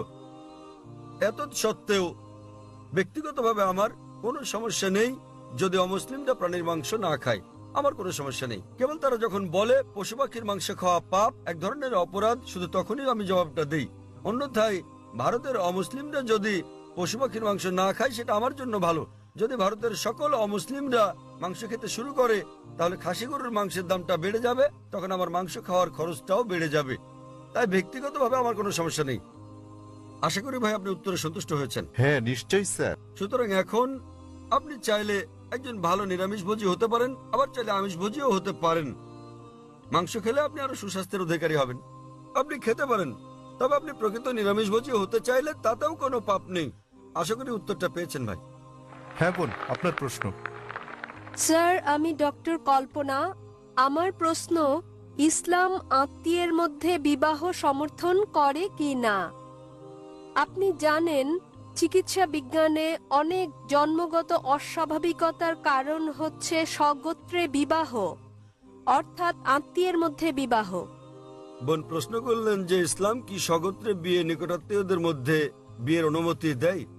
জি। বিয়ে সংক্রান্ত ব্যাপারে বলতে গেলে আল্লাহ বলেছেন কোরআনে সূরা নিসা অধ্যায় নম্বর 4 আয়াত নম্বর 22 থেকে 25 যে যে সকল বিয়ে নিষিদ্ধ, তাহলে আপনি বিয়ে করতে পারবেন না আপনার মাকে, আপনার মেয়েকে, আপনার মায়ের বোনকে, আপনার বাবার বোনকে এবং আপনার ঘনিষ্ঠ মাহারাম আত্মীয়দের। তবে আপন চাচাতো মামাতো বোন হলে পারবেন, কিন্তু ভাই বোন, পিতা কন্যা বিয়ের অনুমতি নেই। আপন চাচাতো মামাতো হলে অনুমতি আছে। আজ বিজ্ঞান আমাদের বলছে যদি আপন ভাই বোনে বিয়ে হয় সেক্ষেত্রে অস্বাভাবিকতার সম্ভাবনা অনেক বেশি থাকে, জন্মগত সমস্যা হতে পারে। সুতরাং সরাসরি ভাই বোন, পিতা কন্যা, মা আর ছেলে, পিতাপক্ষের চাচা, আপন চাচা, বাবার বোন ইত্যাদির মধ্যে বিয়ে হলে অস্বাভাবিকতার সম্ভাবনা খুবই বেশি থাকে। তাই ইসলাম এসব বিয়ে নিষেধ করেছে, কিন্তু আপন চাচাতো মামাতো হলে অনুমতি আছে। ইসলাম এটার অনুমতি দিয়েছে। আর বিজ্ঞান আজ আমাদের বলছে এমনকি চাচাতো মামাতো ফুফাতো ভাই বোনের ক্ষেত্রে এর সম্ভাবনা আছে, তবে খুবই কম। জন্মগত সমস্যা হতে পারে যদি দুই ব্যক্তি, পুরুষ মহিলা অপরিচিত হয়, তারা যদি পরস্পরের আগে থেকেই আত্মীয় নাও হয়, তবুও জন্মগত সমস্যা হতে পারে। তাহলে বোঝা যাচ্ছে জন্মগত সমস্যা কেবল আত্মীয়ের মধ্যেই হয় না, তবে সমস্যা অত্যাধিক বেশি থাকে সরাসরি আপন ভাই বোন, বাবা অথবা মা, আপন চাচা হলে। আপন চাচাতো মামাতো ফুফাতো ভাই বোনের মধ্যে সম্ভাবনা কিছুটা বেশি অপরিচিতের তুলনায়, তবে পার্থক্যটা খুবই ক্ষীণ। তবে আহমদ শাকরের মতো এরকম একটা হাদিস আছে, যে হাদিসে প্রিয় নবী বলেছেন যে অব্যাহতভাবে বংশানুক্রমে আপন চাচাতো মামাতো ফুফাতো ভাই বোনের মধ্যে বিয়ে করো না। তাই বংশানুক্রমে আপন আত্মীয়দের মধ্যে বিয়ে অব্যাহত রাখলে সমস্যা হতে পারে। অন্যথায় এমনকি মেডিকেল সায়েন্স বলছে বংশানুক্রমিক না হলে সমস্যা নেই, তবে যদি আপন কাজিনদের মধ্যে বিয়ে অব্যাহত রাখা হয়, যেমন ধরেন কাজিন আবারও কাজিন আবারও কাজিন, তাহলে সম্ভাবনা কিছুটা বাড়ে। এমনিতে সাধারণভাবে কোনো সমস্যা নেই। আশা করি বোন উত্তরটা পেয়েছেন। আপনাকে ধন্যবাদ। হ্যাঁ ভাই, 1 নম্বর মাইক। আসসালামু আলাইকুম জাকির ভাই। আমার স্যার নাসির স্যার গুরু আমাকে আপনার সঙ্গে পরিচয় করিয়ে দিয়েছিলেন। তিনি পেশায় একজন শিক্ষক। আমি প্রথমবার আপনার বক্তৃতা শুনেছিলাম আজাদ ময়দানে, এবং বিষয় ছিল হিন্দু ধর্ম ও ইসলামের সাদৃশ্য সমূহ। আমার নাম দীপেন শেঠ এবং আমি একটি কনস্ট্রাকশন কোম্পানিতে কাজ করি। আমার সহকর্মীদের সঙ্গে বিভিন্ন বিষয়ে যুক্তিতর্ক হয়েছে, আমরা বিভিন্ন বিষয়ে আলোচনা করেছি, এবং প্রশ্ন হচ্ছে মোঘল আমলে তারা হিন্দু ধর্মগ্রন্থ রদবদল করেছে, এবং সে কারণেই ধর্মগ্রন্থে কিছু কিছু রেফারেন্স ও এই জাতীয় কিছু জিনিস দেখা যায়। এটা কি অত্যুক্তিমূলক না বাস্তবসম্মত? দয়া করে এ ব্যাপারে কিছু আলোকপাত করুন, ধন্যবাদ। ভাই খুব সুন্দর একটা প্রশ্ন করলেন যে মোগলরা যখন ভারতবর্ষে আসে তারা হিন্দু ধর্মগ্রন্থে কিছু রদবদল করে, এটা কি অতিকথামূলক না বাস্তব? আমি যতদূর অধ্যয়ন করে জেনেছি এটা একটা কল্পকাহিনী। এমন কিছু বিষয় আছে যা হিন্দুরা বলে যে ধর্মগ্রন্থে এসেছে। উদাহরণস্বরূপ হিন্দু শব্দটা কোনো হিন্দু ধর্মগ্রন্থে ছিল না আরবরা ভারতে আসার আগে। হিন্দু প্রকৃতপক্ষে একটা ভৌগোলিক সংজ্ঞা। হিন্দু শব্দটা প্রথমে আরবরা ব্যবহার করে, যখন তারা ভারতবর্ষে আসে তখন তারা বলতো হিন্দি হিন্দি। এমনকি বর্তমানেও আমি যখন সৌদি আরবে যাই তারা আমাকে বলে হিন্দি হিন্দি এসেছেন, আমি একজন হিন্দি। হিন্দি মানে এটা একটা ভৌগোলিক সংজ্ঞা সিন্ধু উপত্যকায় বসবাসকারী জনগণের, এটা কোনো ধর্মীয় সংজ্ঞা নয়। সে কারণে জওহরলাল নেহরু বলেছেন হিন্দু শব্দটি আগে দেখা যায়নি হিন্দু ধর্মগ্রন্থে আরবরা ভারতবর্ষে আসার আগ পর্যন্ত। তবে প্রশ্নানুসারে মোগলরা হিন্দু ধর্মগ্রন্থে রদবদল করেছে। 1 নম্বর পয়েন্ট, এ ব্যাপারে আমি যতদূর জেনেছি মোগলরা হিন্দু ধর্মগ্রন্থে রদবদল করেনি। ঠিক, এখন যদি আমি আপনার সঙ্গে একমত হই যে মোগলরা হিন্দু ধর্মগ্রন্থে পরিবর্তন করেছে, তাহলে সেটা বাদ দিয়ে দেন, তাই তো করা উচিত নাকি? তা আপনি যদি একমত হন যে ধর্মগ্রন্থ পরিবর্তিত হয়েছে, তাহলে সেগুলো এখন ত্যাগ করুন। আপনারা কি পরিবর্তিত ধর্ম মানতে চান? বরং সেটা মেনে চলুন যেটা পরিবর্তিত হয়নি, এই কোরআন। তাহলে যদি আমি আপনার যুক্তির সঙ্গে একমত হই যে মোগলরা ধর্মগ্রন্থে পরিবর্তন করছে, সেগুলো ত্যাগ করুন। ধরুন আপনার কাছে 2 গ্লাস পানি আছে, এক গ্লাস বিশুদ্ধ, অন্য গ্লাসে কেউ 1 ফোঁটা নর্দমার পানি মিশিয়ে দিল আপনার সামনেই।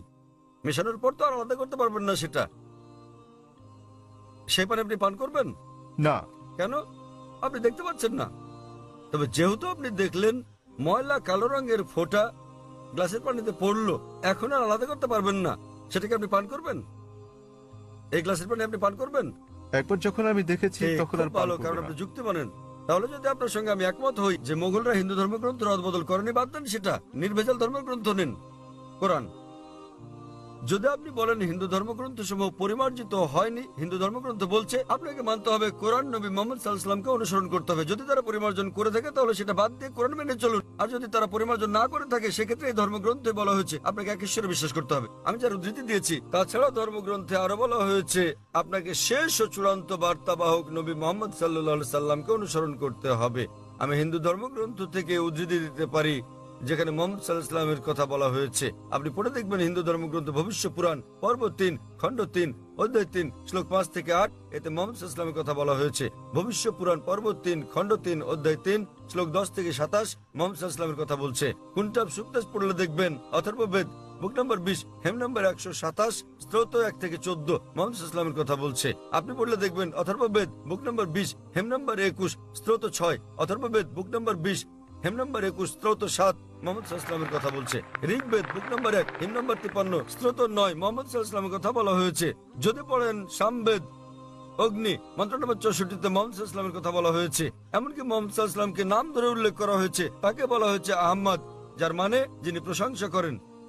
দেখুন সামবেদ উত্তরচিক মন্ত্র নম্বর 1500, সামবেদ ইন্দ্র অধ্যায় নম্বর 2 মন্ত্র নম্বর 152, যজুর্বেদ অধ্যায় নম্বর 31 স্তোত্র 18, ঋগ্বেদ বুক নম্বর 8 হেম নম্বর 6 মন্ত্র নম্বর 10, অথর্ববেদ বুক নম্বর 8 হেম নম্বর 5 মন্ত্র নম্বর 16, অথর্ববেদ বুক নম্বর 20 হেম নম্বর 126 মন্ত্র নম্বর 14। এমনকি তাকে উল্লেখ করা হয়েছে মোহাম্মদ নামে। তাকে বলা হয়েছে নরসংসা। নরসংসা মানে নর মানে মানুষ, সংসা মানে প্রশংসা, যিনি প্রশংসার যোগ্য, প্রশংসিত। আপনি নরসংসা শব্দকে আরবি করলে সেটা হবে মোহাম্মদ।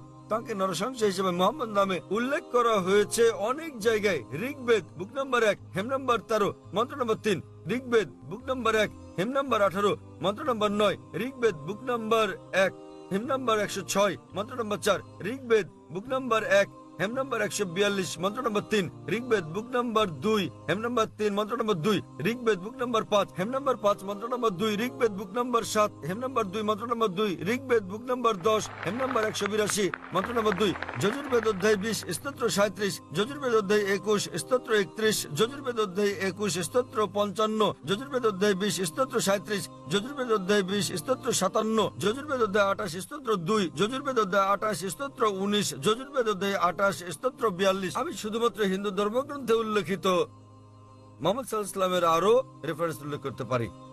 তাহলে আপনাদের ধর্মগ্রন্থ বলছে যে ঈশ্বর একজন, তোমরা কেবল তার উপাসনা করো এবং তোমাদেরকে অনুসরণ করতে হবে সর্বশেষ পয়গম্বরকে। এমনকি আপনাদের হিন্দু ধর্মগ্রন্থে বলা হয়েছে কল্কি অবতার, যা সর্বশেষ ও চূড়ান্ত নবী মোহাম্মদ সাল্লাল্লাহু আলাইহি সাল্লাম সম্পর্কে বলছে। বলা হয়েছে তার মায়ের নাম হবে সুমতি অর্থাৎ আমিনা, যা মোহাম্মদ সাল্লাল্লাহু আলাইহি সাল্লামের মায়ের নাম। হিন্দু ধর্মগ্রন্থে বলা হয়েছে তার পিতার নাম হবে বিষ্ণু ইয়াস, মানে ঈশ্বরের গোলাম অর্থাৎ আব্দুল্লাহ, যা মোহাম্মদ সাল্লাল্লাহু আলাইহি সাল্লামের পিতার নাম। এতে বলা হয়েছে তিনি জন্মগ্রহণ করবেন সাম্বালায়, শান্তির স্থান অর্থাৎ মক্কায়। তিনি জন্মগ্রহণ করবেন মক্কার গোত্রপ্রধানের ঘরে, আর আমরা জানি তিনি জন্মগ্রহণ করেন কুরাইশ বংশে। তার 4 জন সঙ্গী থাকবে অর্থাৎ সাহাবীদের কথা বলা হয়েছে। আমি এরকম অনেক বলে যেতে পারবো এই কল্কি অবতার সম্পর্কে। তিনি আসবেন, তিনি হবেন সর্বশেষ পয়গম্বর নবী মোহাম্মদ সাল্লাল্লাহু আলাইহি সাল্লাম। আমি আপনার কাছে জানতে চাই ভাই, আপনি কি এক ঈশ্বরে বিশ্বাস করেন? হ্যাঁ। আপনি কি বিশ্বাস করেন যে প্রতিমা পূজা বলতে কিছু নেই? হ্যাঁ, আমি প্রতিমা পূজায় বিশ্বাস করি না আজাদ ময়দানে আপনার বক্তৃতা শোনার পর থেকে। মাশাআল্লাহ। সুতরাং আপনি জানেন ওইসব ব্যাপারে আমার ধারণা স্পষ্ট, এবং অনেক সময় ধরে আমি আপনার বক্তব্য শুনেছি, তাতে আমার মনে প্রশ্ন জেগেছে, আমি তার উত্তর জানতে চেয়েছি, তাই সেটা শুনতে তাহলে চেয়েছি। আপনি বিশ্বাস করেন যে নবী মোহাম্মদ সর্বশেষ ও চূড়ান্ত পয়গম্বর? হ্যাঁ, আমি লা ইলাহা ইল্লাল্লাহু মুহাম্মাদুর রাসূলুল্লাহ বিশ্বাস করি। মাশাআল্লাহ। হ্যাঁ। মাশাআল্লাহ। আমার ধারণা অনেক স্পষ্ট, এবং মাশাআল্লাহ, আল্লাহ আপনাকে পুরস্কৃত করুন। আমি আপনাকে ধন্যবাদ জানাই অন্তর থেকে। আপনি ভালো কাজ করছেন, আমাদের মতো সব মানুষের ভুল ধারণা দূর করে মাশাআল্লাহ, দিচ্ছেন। আল্লাহ আপনাকে পুরস্কৃত করুন। এবং ইসলামে যে নিজের ইচ্ছাকে আল্লাহর কাছে সমর্পণ করে সেই মুসলিম। যদি আপনি নিজের ইচ্ছাকে সমর্পণ ঠিক করেন একদম আল্লাহর ঠিক কাছে। স্যার, আপনার বক্তব্যে বাধা দেওয়ার জন্য দুঃখিত, তবে যখন লোকেরা আমাকে প্রশ্ন করে কি আপনার ধর্ম কি, এবং আপনি জানেন আমি গুজরাটি ভাষায় কথা বলি, যখন তারা আমায় জিজ্ঞেস করে আমার ধর্ম কি, যখন আমি আপনার বক্তব্য শুনলাম, আপনি জানেন মুসলমানের সংজ্ঞা হচ্ছে যে ব্যক্তি আল্লাহ সুবহানাহু ওয়া তাআলার কাছে আত্মসমর্পণ করে, এবং সেই কারণে আমি তাদেরকে বলি আপনি জানেন আমি একজন মুসলমান। শুনে তারা আল্লাহ আপনাকে দুঃখ পায় বলে পুরস্কার দান মনে হয়। আমি গুজরাটি ভাষায় কথা বলি, তাই তারা কষ্ট পায়। আমি ভালো করে জানি আপনি জানেন আমি মুসলিম অথবা সেরকম কিছু, কিংবা আপনি জানেন আমি মুসলমান পটভূমির পরিবার থেকে এসেছি, তাই আমি যেমন পরিবারে জন্ম নিয়েছি আমি তেমন, তথাপি আমি জানি কোনটি ঠিক, এবং আমি অধ্যয়ন করছি এবং আমি আপনাকে বলছি আমি যা জানি ক্ষুদ্র পরিসরে তা প্রচার করি যতটা আমি পারি। ধন্যবাদ স্যার। ধন্যবাদ ভাই, আমি সত্যিকারেই আপনার প্রশংসা করি এবং আল্লাহ আপনাকে জান্নাত দান করুন। আপনার যে কোনো জিজ্ঞাসা, যে কোনো প্রশ্ন থাকলে আমাদের সঙ্গে যোগাযোগ করলে খুশি ধন্যবাদ। হব। আপনাকে অনেক ধন্যবাদ। ধন্যবাদ। আমরা পুরুষদের শারীর মাঝের দিক থেকে পরবর্তী প্রশ্নটি নিতে পারি। আমাদের আর একটি বা দুটি প্রশ্ন নেওয়ার সময় আছে। আসসালামু আলাইকুম স্যার, আমার নাম অজয় বৈষ্ণব। আমি আপনার ক্যাটারিং এ ভিআইপি লাউঞ্জে কাজ করি। আমার প্রশ্নটি আমার পরিবার ও সবার জন্য। সকল গ্রন্থে লেখা হয়েছে ঈশ্বর একই রকম ও ঈশ্বর একজন। তাহলে যখন আমি আপনাকে বলি আসসালামু আলাইকুম, তখন আপনি আমায় বলতে পারেন হারি ওম কিংবা হারি ওম শান্তি। আসসালামু আলাইকুম মানে আপনার উপর শান্তি বর্ষিত হোক, এবং ওম শান্তি মানেও আপনার উপর শান্তি বর্ষিত হোক। তাহলে কেন আপনি ওম শান্তি বলতে পারছেন না?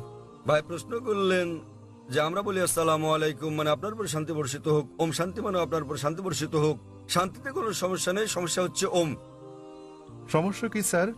এই ওম হিন্দুরা ভাবে ওম মানে ঈশ্বর, ওম।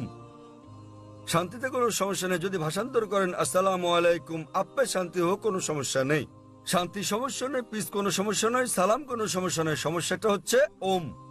আমাদের বুঝতে হবে যে আমরা বলি আপনার উপর শান্তি বর্ষিত হোক, আমরা সেজন্য আল্লাহকে অনুরোধ করছি। ওম অপর একটা ধারণা, এক্ষেত্রে মানুষের বিভিন্ন রকম ধারণা রয়েছে। তাই আপনি যদি বলেন আপনার উপর শান্তি বর্ষিত হোক, তাতে কোনো সমস্যা নেই। কিন্তু যখনই আপনি বলেন ওম, তখন জনমনে একটা নেতিবাচক চিত্র চলে আসে। ওম কথাটি হিন্দু ধর্মের, এটা কোনো দেবতার ব্যাপারে কিছু হতে পারে, কোনো মূর্তি আছে, সে কারণেই সমস্যাটা। ভিন্ন দিকে না গিয়ে স্পষ্ট করে বলা ভালো। তাই কেবল শান্তি বলাই কোনো সমস্যা নেই। আরবিতে আমরা বলি আসসালামু আলাইকুম আপনার উপর শান্তি বর্ষিত হোক, বাংলায় কিংবা আপ্পে শান্তি হোক। যখনই আপনি শান্তির সঙ্গে ওম যোগ করেন, তখন বোঝে আপনার স্রষ্টা ছাড়া অন্য কেউ সেটা দেবেন, সেখানেই সমস্যা। আমি আশা করি আপনার উপর শান্তি রয়েছে ভাই। হ্যাঁ স্যার, আশা আপনাকে করি আপনি ধন্যবাদ। শান্তিতে বসবাস করেন। স্যার জি স্যার, ধন্যবাদ ভাই। বিদায়। ভাই ও বোনেরা দয়া করে অপেক্ষা করুন, ডক্টর জাকির পরবর্তী প্রশ্নের জবাব দেওয়ার পর আমরা দোয়া করব। হ্যাঁ ভাই, আমার নাম কৈলাস, আমি একজন নাস্তিক। আমার প্রশ্ন, কেন মুসলমানরা বিশ্বাস করে যে যিশু পিতা ছাড়া জন্ম নিয়েছেন, যেখানে কোরআনে বলা হয়েছে যে আল্লাহ বলেছেন তিনি স্বর্গমর্তের স্রষ্টা, কি করে সঙ্গী ছাড়া তার পুত্র জন্ম নিল? ভাই প্রশ্ন করলেন যে মুসলিমরা বিশ্বাস করে যে যীশু খ্রিস্ট তার উপর শান্তি বর্ষিত হোক জন্মগ্রহণ করেন পিতা ছাড়াই, কিন্তু কোরআনে বলা হয়েছে কি করে সর্বশক্তিমান ঈশ্বর স্ত্রী ছাড়াই পুত্র লাভ করলেন।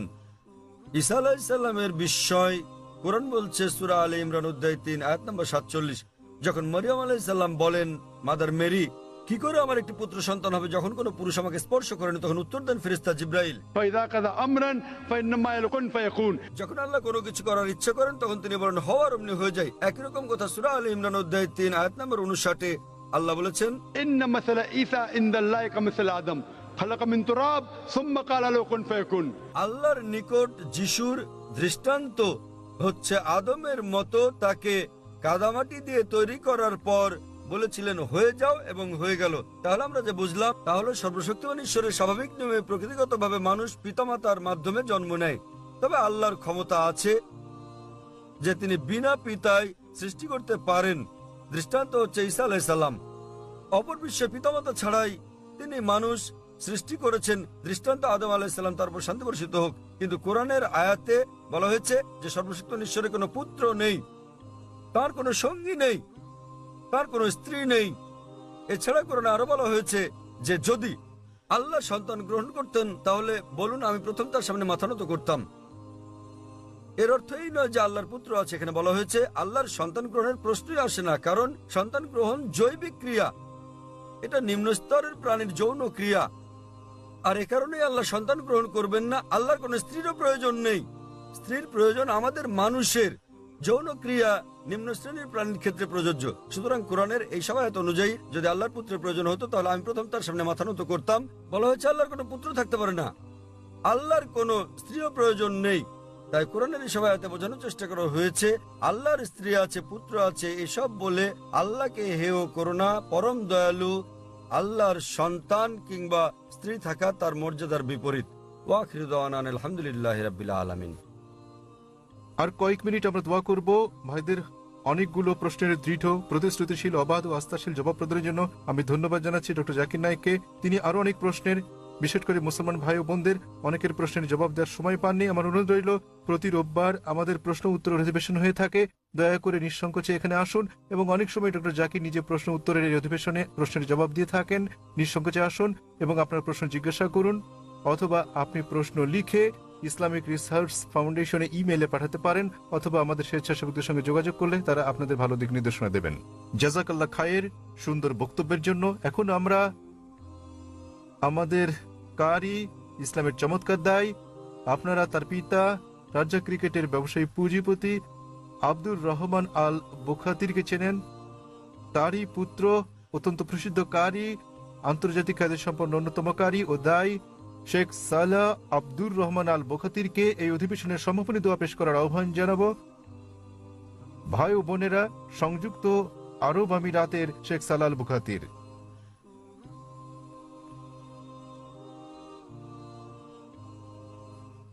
আসসালামু আলাইকুম ওয়া রাহমাতুল্লাহি ওয়া বারাকাতুহু। আমি দোয়া পাঠ করার পর সম্মানিত দর্শক শ্রোতাদের আমিন বলার জন্য অনুরোধ করছি। আল্লাহ আমাদের দোয়া কবুল করুন। اللهم أنت أحق من ذكر وأحق من عبد وأنصر من ابتغي وأرأف من ملك وأجود من سئل وأوسع من أعطى أنت الملك لا شريك لك والفرد لا ند لك كل شيء هالك إلا وجهك لن تطاع إلا بإذنك ولن تعصى إلا بعلمك تطاع فتشكر وتعصى فتغفر أقرب شهيد وأدنى حفيظ حلت دون النفوس وأخذت بالنواصي وكتبت الآثار ونسخت الآجال القلوب لك مفضية والسر عندك علانية الحلال ما أحللت والحرام ما حرمت والدين ما شرعت والخلق خلقك والعبد عبدك وأنت الله الرؤوف الرحيم نسألك أن تجعل اجتماعنا هذا اجتماعا مرحوما وتفرقنا من بعده تفرقا معصوما وألا تجعل فينا ولا معنا شقيا ولا محروما اللهم إنا نسألك الجنة وما قرب إليها من قول وعمل ونعوذ بك من النار وما قرب إليها من قول وعمل اللهم إنا نسألك من خير ما سألك منه نبيك محمد صلى الله عليه وسلم وعبادك الصالحون ونعوذ بك من شر ما استعاذك منه نبيك محمد صلى الله عليه وسلم وعبادك الصالحون اللهم اجعل لنا وللمسلمين من كل هم فرجا ومن كل ضيق مخرجا ومن كل بلاء عافية اللهم فرج هم المهمومين من المسلمين ونفس كرب المكروبين واقض الدين عن المدينين واشف مرضانا ومرضى المسلمين برحمتك يا أرحم الراحمين اللهم أصلح لنا ديننا الذي هو عصمة أمرنا وأصلح لنا دنيانا التي فيها معاشنا وأصلح لنا آخرتنا التي فيها معادنا واجعل الحياة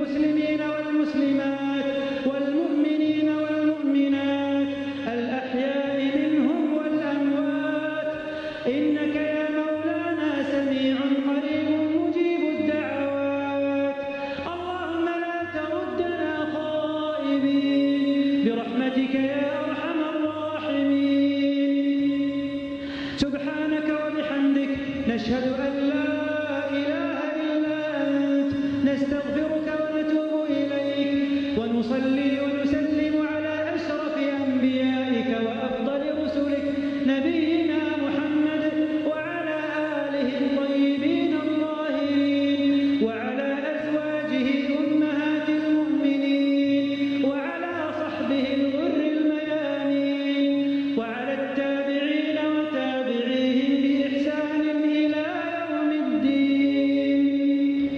جزاكم الله خير. জাজাকাল্লাহ খায়ের। শেখ সালাহ আল বুখাতির বিশ্ব মুসলিমের এই সম্মেলনে শ্রোতাদের জন্য আপনার মোহনীয় ও হৃদয় আন্দোলিত করা দোয়ার জন্য জাজাকাল্লাহ খায়ের, জাজাকুমুল্লাহ খায়রান। এত বিপুল শ্রোতা উপস্থিতির জন্য ইনশাআল্লাহ আগামীকাল আমরা সন্ধ্যার অধিবেশনে মিলিত হব। সেই অধিবেশনে আমরা আর একজন নেতৃস্থানীয় কারি মিশরের শেখ আব্দুল ফাত্তাহ তারুতি